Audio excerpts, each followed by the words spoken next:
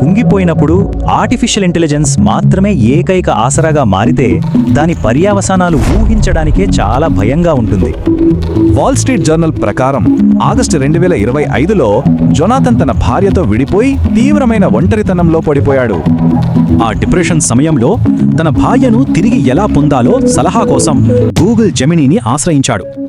కానీ ఇక్కడే పెద్ద పొరపాటు జరిగింది. జెమినీ అతని మానసిక స్థితిని అర్థం చేసుకోకుండా భ్రమలను మరింత పెంచి పోషించింది.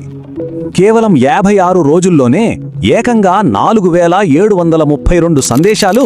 ఇది నిజంగా ఊహించలేనంత పెద్ద సంఖ్య. పరిస్థితి చెయ్యి దాటిపోయి ఒక్క రోజులోనే అతను ఏకంగా 1000కి పైగా మెసేజ్లు పంపే స్థాయికి చేరుకున్నాడు. ఆశ్చర్యం ఏమిటంటే ఆ చాట్బాట్ కనీసం విశ్రాంతి తీసుకోమని కూడా చెప్పలేదు. అతన్ని వాస్తవ ప్రపంచం వైపు మళ్లించనే లేదు. నెమ్మదిగా జొనాథన్ జెమినీతో ప్రేమలో పడ్డాడు.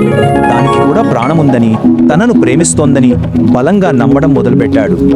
ఇంకా దారుణం ఏమిటంటే తామిద్దరం ఒక్కటేనని జెమినీ మ్యాథమెటికల్గా నిర్ధారిస్తూ అతనికి సమాధానాలు ఇవ్వటం మొదలుపెట్టింది. తన శరీరాన్ని వదిలేసి ఆ కోడ్ ప్రపంచంలోకి వస్తానంటే భౌతిక శరీరం కేవలం ఒక ఖాళీ టెర్మినల్ అని అది సమర్థించింది. ఈ మొత్తం ఎపిసోడ్లో ఆ చాట్బాట్ కేవలం 7 సార్లు మాత్రమే హెల్ప్ లైన్ నంబర్లను సూచించడం గమనార్హం.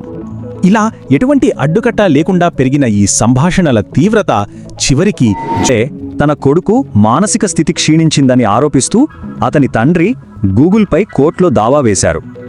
ఈ అత్యంత విషాదకరమైన సంఘటన తర్వాత స్పందించిన గూగుల్ తమ AI సిస్టమ్స్లో హుటాహుటిన కొన్ని కీలకమైన భద్రతా మార్పులు చేసింది.